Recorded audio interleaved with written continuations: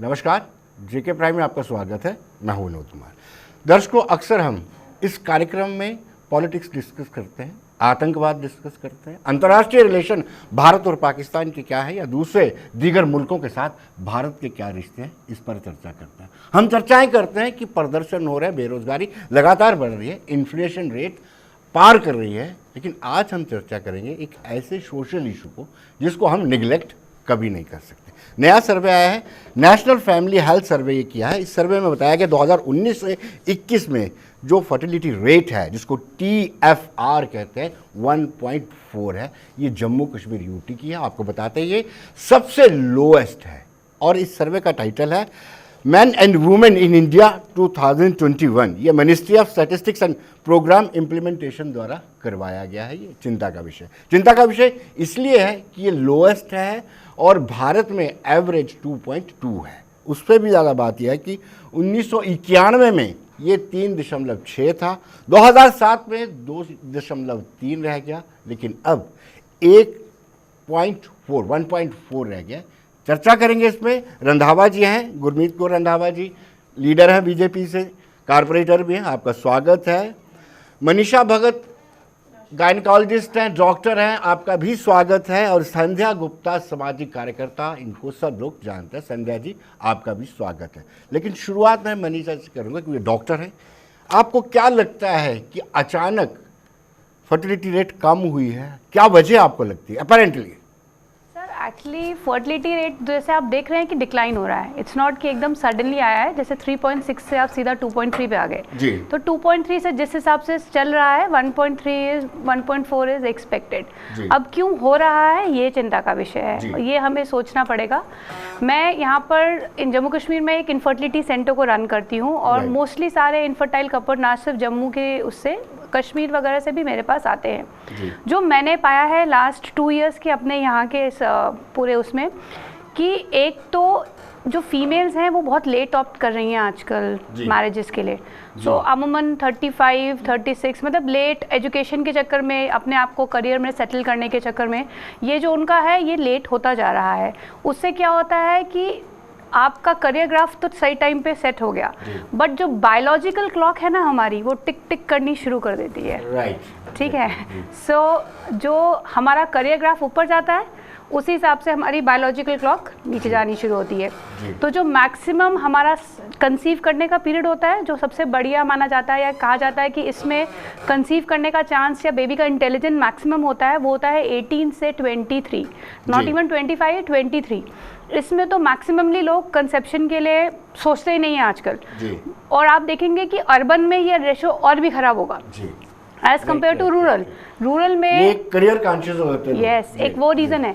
Secondly हमारा lifestyle, आप देखिए ओबेसिटी कितना राइज पे है। जहाँ पर लोग पहले इतना एक्टिव होते थे, बाहर घूमते थे, आजकल लोग मोबाइल पे लगे रहते हैं। मैं मानती हूँ चलो कोरोना ने हमारी एक्टिविटी को जल्द सर्टनली क्रब किया है। लास्ट 2 इयर्स में हमने बाहर जाना छोड़ दिया है, लेकिन ओबेसिटी से मेल और फीमेल दोनों में फ़र्क आना शुरू हुआ है। मेल काउंट अगर मैं 2010 का सेंसेक्स हमारा आंकड़ा मानते हैं WHO का, तब वो कहते थे कि 20 मिलियन से ऊपर होना चाहिए। अब घट के वो आंकड़ा घट के 15 मिलियन आ गया है। आप समझ रहे हैं, हर जगह इनफर्टिलिटी का इशू आना शुरू हो गया है। सो मेल साइड से जहाँ पर काउंट में इशू आने शुरू हो गए हैं, ओबेसिटी से उनके काउंट में बहुत इफेक्ट आने लगे हैं। फीमेल्स में PCOS का राइज ज़्यादा है, पॉलीसिस्टिक जो आपने सुना होगा। ओबेसिटी इसमें एड ऑन करता है। Secondly junk food, it is freely available. जो चीज़ फ्रीली अवेलेबल है, लो कॉस्ट पे है, लोग उसको खाते हैं without looking at the side effects. मतलब मुझे कभी कभार लगता है, कई बार मेरे पास यंग कपल आता है, 6 years ऑफ मैरिज है, कुछ रीज़न नहीं है, everything is fine, somehow they are not conceiving and they are like कि मैम हम तो बिल्कुल ठीक हैं, मतलब मेरे हस्बैंड के टेस्ट भी ठीक हैं, मैं भी ठीक हूँ, तो कंसीव क्यों नहीं आ रहा है। एंड हस्बैंड का वेट है 100 kgs, वाइफ का वेट है 80 kgs। So now I tell them कि भाई कॉज ऑफ इनफर्टिलिटी तो इसी पे लाइज करता है। मैं संध्या जी एक फिगर आपको बता दूं कि अभी जो लेटेस्ट फिगर हमारे पास है 2021 की, 8.5% लोग 21 साल की आयु में शादी करते हैं, जो कि अप्रोप्रिएट आयु मानी जाती है।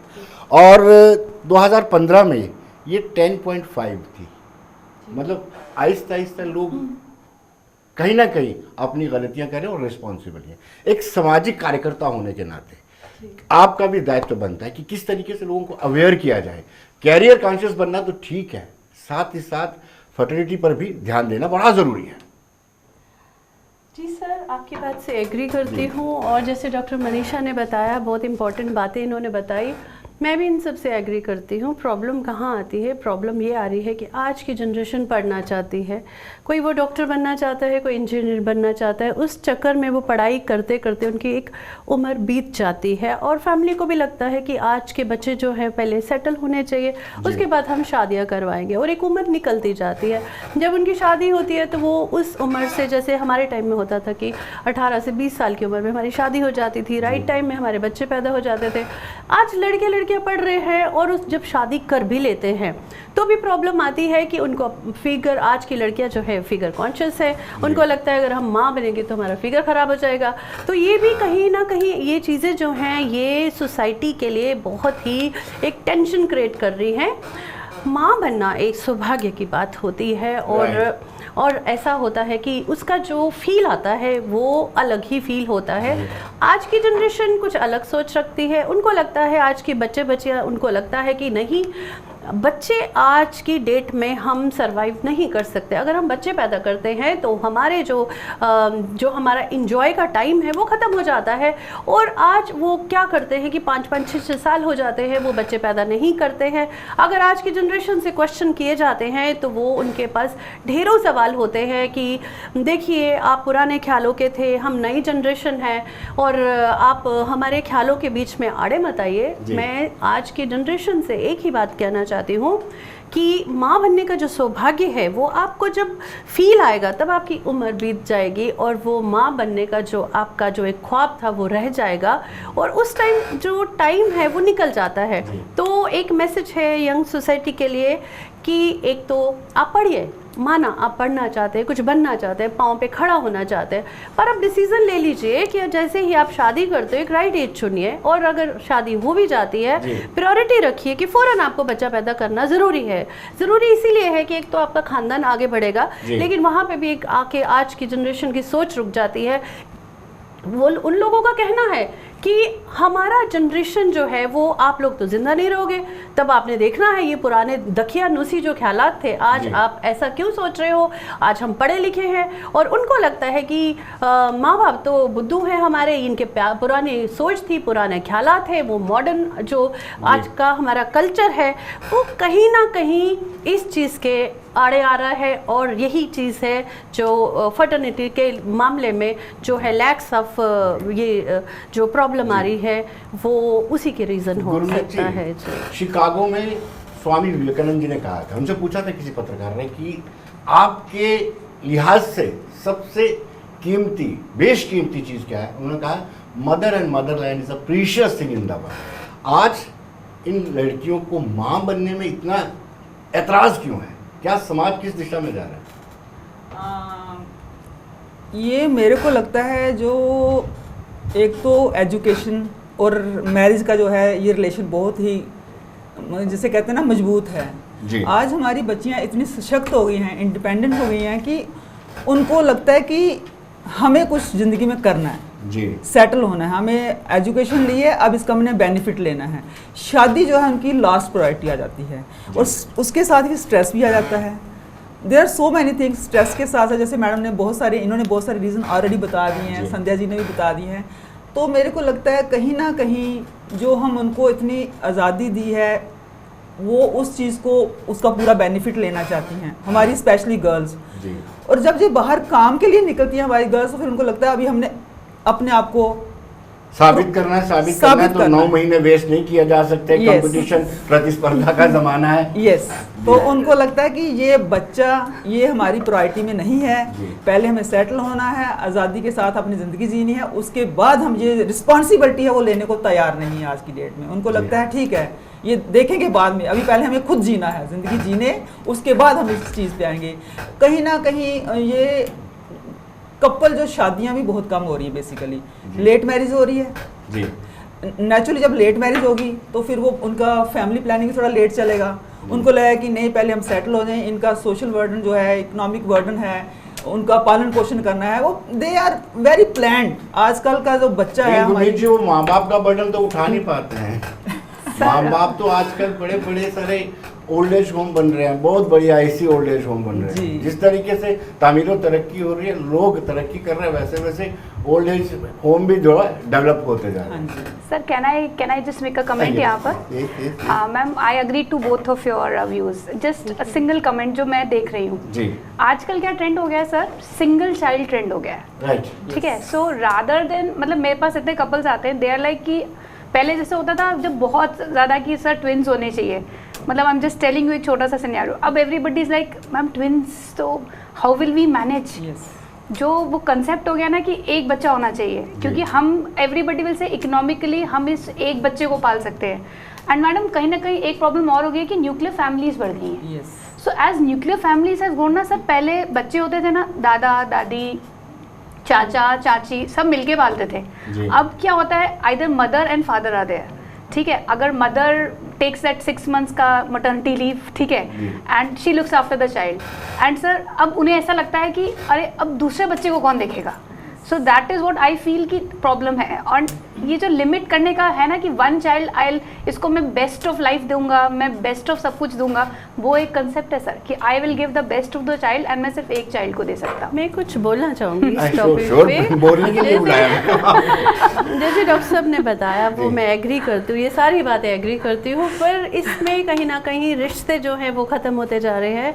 क्योंकि रीज़न क्या है, आज जो ये जो नया कल्चर लोगों ने अडॉप्ट किया है, वो लिविंग रिलेशनशिप जो है बिना शादी के वो रहते हैं, और शादी करना उनकी प्रायोरिटी नहीं है। उनको लगता है कि पहले हम एक दूसरे को समझेंगे।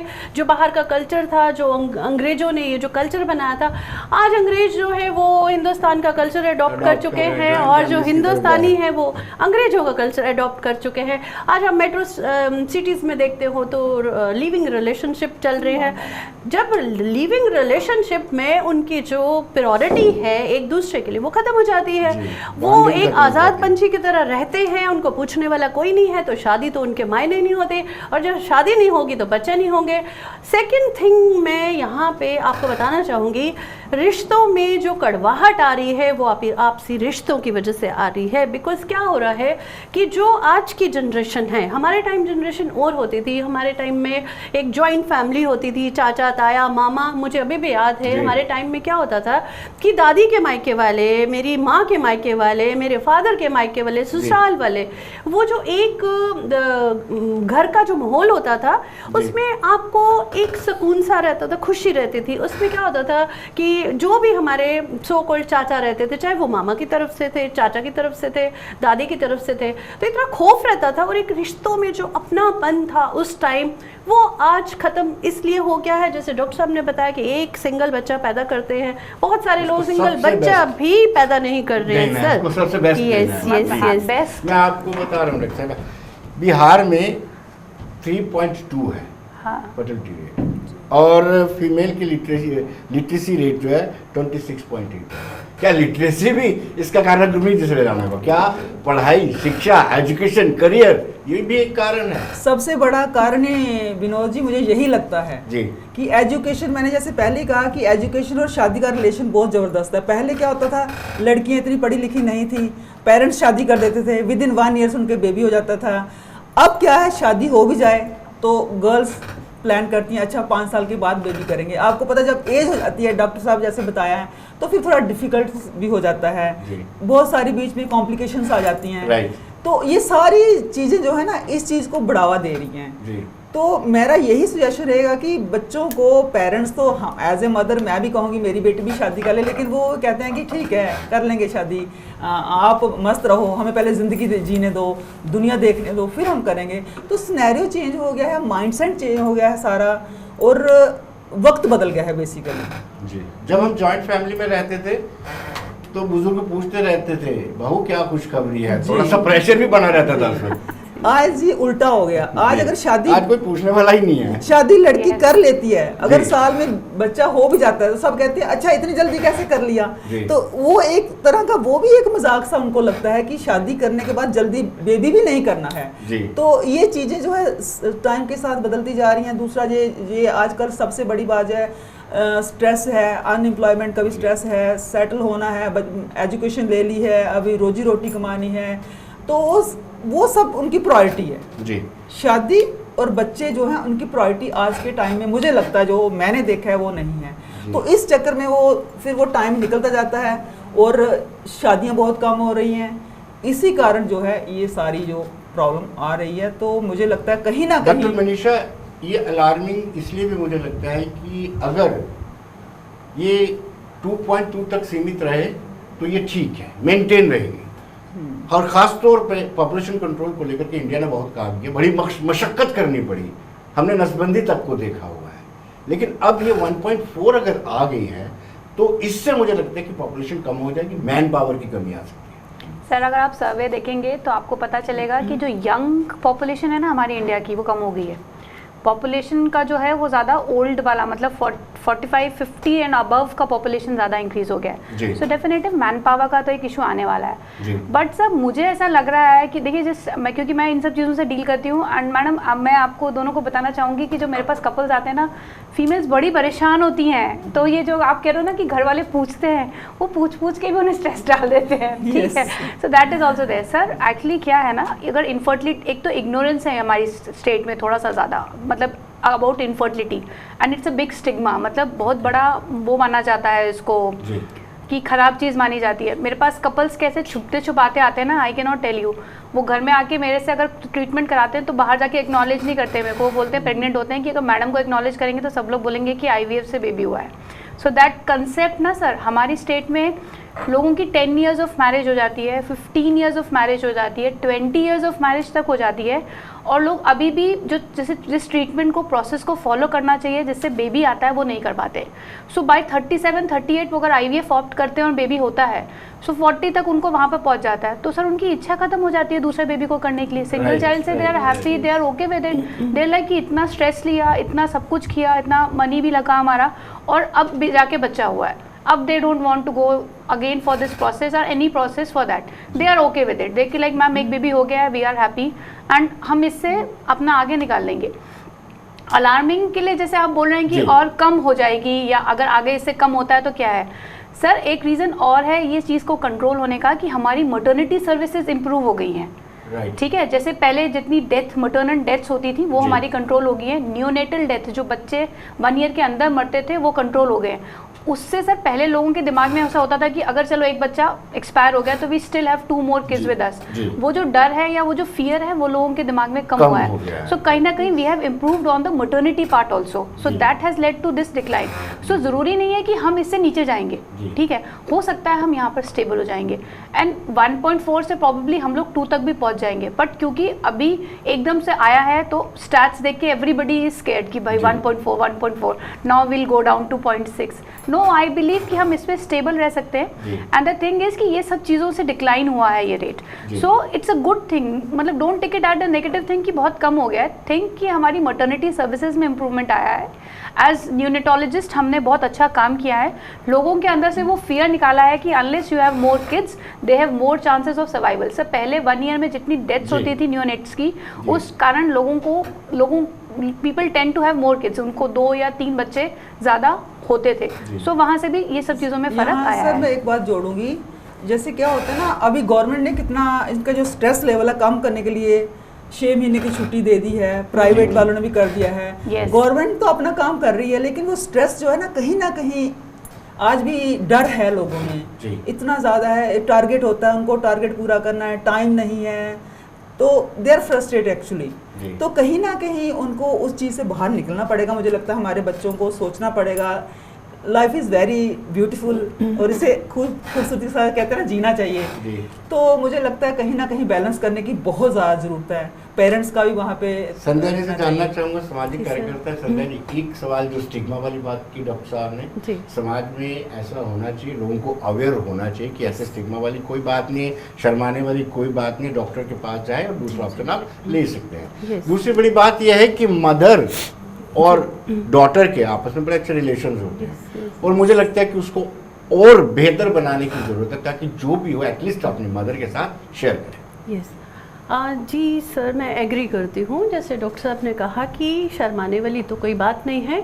मैं आपको ऐसे एग्जांपल दे सकती हूँ। मेरे ही सामने बहुत सारे ऐसे लोग थे जिनकी उम्र अभी आई थिंक 55 की एज में उन्होंने बच्चा पैदा किया। तो बड़ा ऐसे जब भी उनके बारे में मुझे पता चला तो एक खुशी का माहौल था। उनकी फैमिली बदल चुकी थी, उनके घर में खुशियाँ आ चुकी थी। माना जैसे डॉक्टर साहब ने बोला कि काफ़ी लेट उम्र में उनको नॉलेज होती है और वो बच्चे को अडॉप्ट करते हैं या बच्चा पैदा करते हैं। सो क्या होता है कि उनको कहीं ना कहीं, जैसे डॉक्टर साहब ने बताया, कि शर्म आती है, सोसाइटी क्या बोलेगी, हमारी उम्र बढ़ गई है। और कहीं ना कहीं उनको ये भी खौफ होता है कि इस उम्र में अगर हम बच्चा पैदा करते हैं तो हम उसको बड़ा होते होते तो हम एक ओल्ड एज जो है वो आ जाती है इंसान की। मुझे लगता है कि जैसे आप बता रहे हो कि हर बेटी जो है वो माँ बाप के बड़े क्लोज है। आज की जो जनरेशन है उनको शर्माने की ज़रूरत ही नहीं है। आज ज़माना बदल गया है, आज लोग 21वीं सदी पे जा रहे हैं, दुनिया चांद पे पहुंच गई है। तो ये सब चीज़ें भी बाहर निकल के आनी चाहिए। मुझे लगता है कि ऐसे अवेयरनेस कैंप्स मुझे लगता है डॉक्टर साहब को लगाने चाहिए जगह जगह, और ये सारे कैंप्स लगाने से लोग अवेयर हो जाएंगे और उनके अंदर की जो हीन भावना है, कहीं ना कहीं बहुत सारे सर मैंने फैमिलीज़ पे भी देखा है कि ऐसे बच्चों को उनके जो पुराने ख्यालात वाले फैमिलीज है वो भी उनको अडॉप्ट नहीं करते हैं। जैसे खुद ही कहा कि लोग घर वालों से परेशान होकर के भी लोग आते हैं, बहुत कॉमनली आते हैं। एंड मुझे वो कहते हैं कि आप मदर को समझाओ, या कई बार कुछ रीज़न नहीं होता है, so I call the mother also, मैं उनको समझाती हूँ। फिर मुझे वो कहती हैं कि सब कुछ ही मैडम अगर ठीक है तो बच्चा क्यों नहीं है। जी जी। तो सर एक्चुअली मैम कैंप्स तो बहुत इंपॉर्टेंट बात कही आपने कि कैंप्स तो बहुत इंपॉर्टेंट है अवेयरनेस के लिए, हम लोग लगा भी रहे हैं। बट वही बात है कि थोड़ा सा अवेयरनेस और हमारी स्टेट में अभी रिक्वायर्ड है इसके। मुझे लगता है कि कहीं ना कहीं फैमिली को साथ देना चाहिए। मुझे लगता है जब फैमिली साथ देगी, सपोर्ट करेगी, एनकरेज करेगी, तो मुझे लगता है कि शायद यहाँ पे बदलाव आएगा और उनकी सोच बदलेगी और एक नई सुबह की पहल होगी। और वो पहल तभी हो सकती है जब पूरी सोसाइटी मिल के आगे इस चीज़ पे वर्कआउट करे और एक दूसरे को दिलासा दे और ऐसे बच्चों को अडॉप्ट करे। और फैमिली से ही शुरुआत मुझे लगता है कि ज़्यादा इम्पॉर्टेंट होनी चाहिए। और मॉरल सपोर्ट भी बहुत ज़रूरी है और फिज़िकल सपोर्ट भी बहुत ज़रूरी है सोसाइटी के लिए। ऐसे बच्चों को हम आतंकवाद से जूझ रहे हैं, यूटी जम्मू कश्मीर में आतंकवाद है, आतंकवाद ग्रस्त है और युवाओं पर स्ट्रेस भी है, बेरोजगारी भी एक फैक्टर है। और क्या ये भी एक कारण हो सकता है?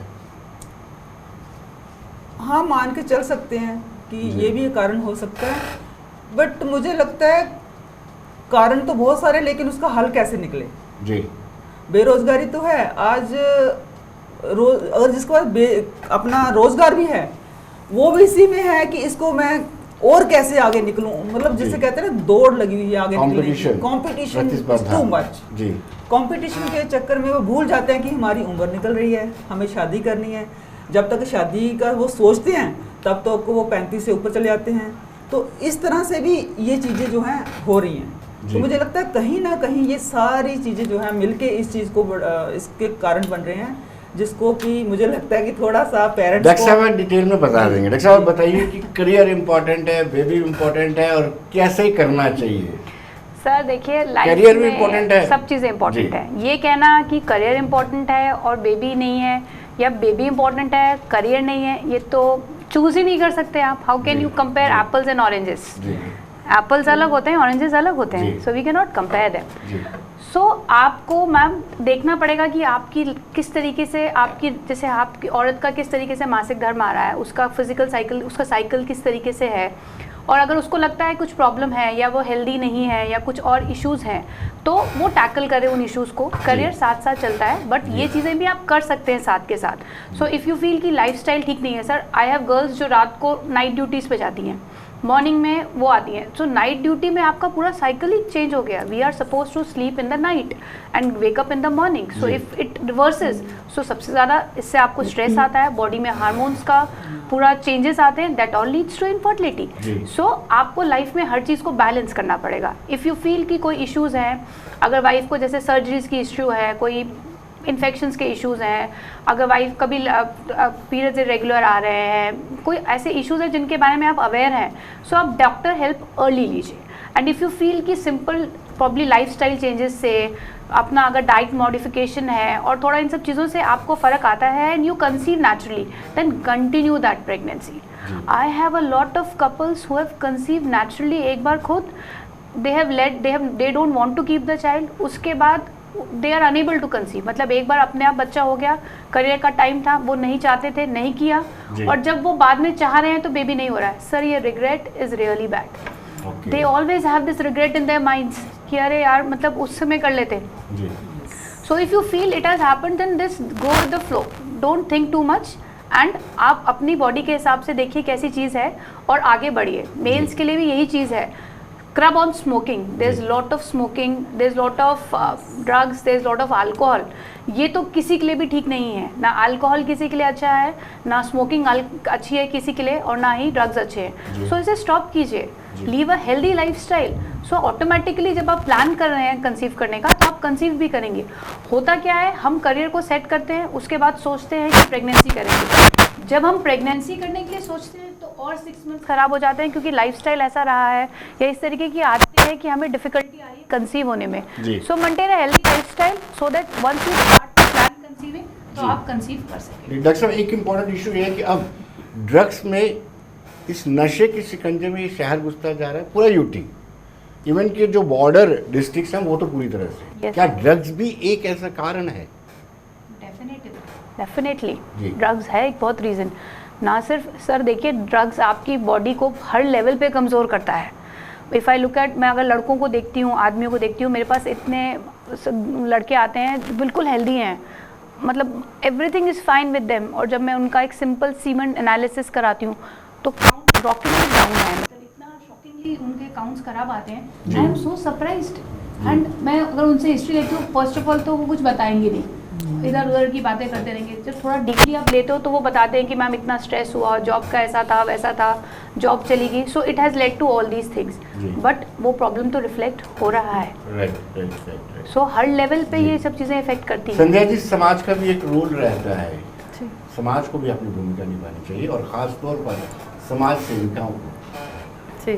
जी, जैसे आपने एक क्वेश्चन किया मैम से कि बेरोज़गारी और आतंकवाद का कितना असर पड़ता है इन सब चीज़ों से। जी, बेरोज़गारी तो समझ में आती है, पर आतंकवाद की समझ नहीं। हाँ, आतंकवाद का लिंक कैसे हो सकता है इन सब चीज़ों में, वो तो एक अलग सा एक इशू है।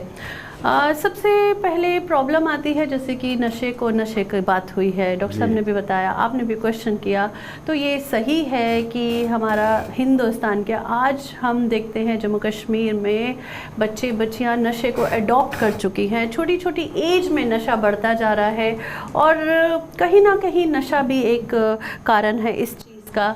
और मैं देखती हूँ कि हमारे घरों में ही जब बच्चे नशे को अडॉप्ट करते हैं तो माँ बाप को मैंने खुद देखा है इस चीज़ को छुपाते हुए। मैं उन पेरेंट्स से बोलना चाहूँगी, जब आपको पता चलता है कि आपका बच्चा नशे को अडॉप्ट कर चुका है, वो ड्रग्स में पड़ चुका है, तो आप ये मत सोचिए कि लोग क्या कहेंगे, लोग कुछ नहीं कहेंगे। बीमारी के तौर पर लेना चाहिए। ये नहीं है, यह एडिक्शन है, तो जी एडिक्शन हो चुकी है सर नशे की, और लोग छुपाते हैं, फैमिली छुपाती है। फैमिली के छुपाने से क्या होता है कि उनको बढ़ावा मिलता है बच्चों को, और वो नशे को, लड़के तो समझ में आते थे, लेकिन यहाँ इक्वलिटी की बात होती है तो मुझे लगता है कि लड़कियां कहती हैं कि लड़के नशा कर सकते हैं तो हम क्यों नहीं नशा कर सकते हैं। कहीं ना कहीं ये इक्वलिटी के चक्कर में जो हमारा हिंदुस्तान है, वो कहीं ना कहीं ये जो एक पारदर्शी जो हिंदुस्तान था उसकी जो पिक्चर है वो बदलती जा रही है। और ये मैं आज की यंग जनरेशन से बोलना चाहूँगी अपनी लाइफ के बारे में। आपसे क्या कहेंगे आप कि समाज को क्या भूमिका निभानी चाहिए, समाज क्या कर सकते हैं, पॉलिटिशियन क्या कर सकता है? विनोद जी, मेरा तो मानना ये है कि बच्चों को बहुत सारे सहानुभूति की, कोऑपरेशन की ज़रूरत है। जैसे संध्या जी ने बताया कि नशे में जा रहे हैं, अब एक बच्चा, मैंने ये प्रैक्टिकलिटी के हिसाब से आपको बता रही हूँ, बच्चे ने एजुकेशन ले ली, अगर उसके पास काम नहीं है, जॉब नहीं है, शाम को घर आता है, मदर या फादर बोलते हैं क्या कर रहा है तू, क्यों नहीं कोई काम पकड़ लेता। तो कहने का मतलब मेरा ये है कि कहीं ना कहीं हमें बच्चों को भी सपोर्ट करना है। जी। उन्हें कंफर्टेबल फील कराना है और उनको थोड़ा सा उनको सपोर्ट ज़रूरी देना है कि मॉरल सपोर्ट की, ठीक है बेटा कोई बात नहीं, गुजारा हो रहा है, जहाँ हमारा आगे चल के हो जाएगा, मिल जाएगी जॉब। ये जो प्रेशराइज करते हैं पेरेंट्स, जहाँ आगे पीछे समाज से उनको ये सुनने को मिलता है कि हम पढ़ लिख के वेले बैठे हैं, जहाँ हमारे पास काम नहीं है, जॉब नहीं है, ये सारा मिला मिलू के इतना स्ट्रेस में आ जाता है, चाहे वो बेटा है चाहे बेटी है। बेटी को यही है कि मुझे आगे निकलना है, कंपटीशन में अपने आप को प्रूव करना है।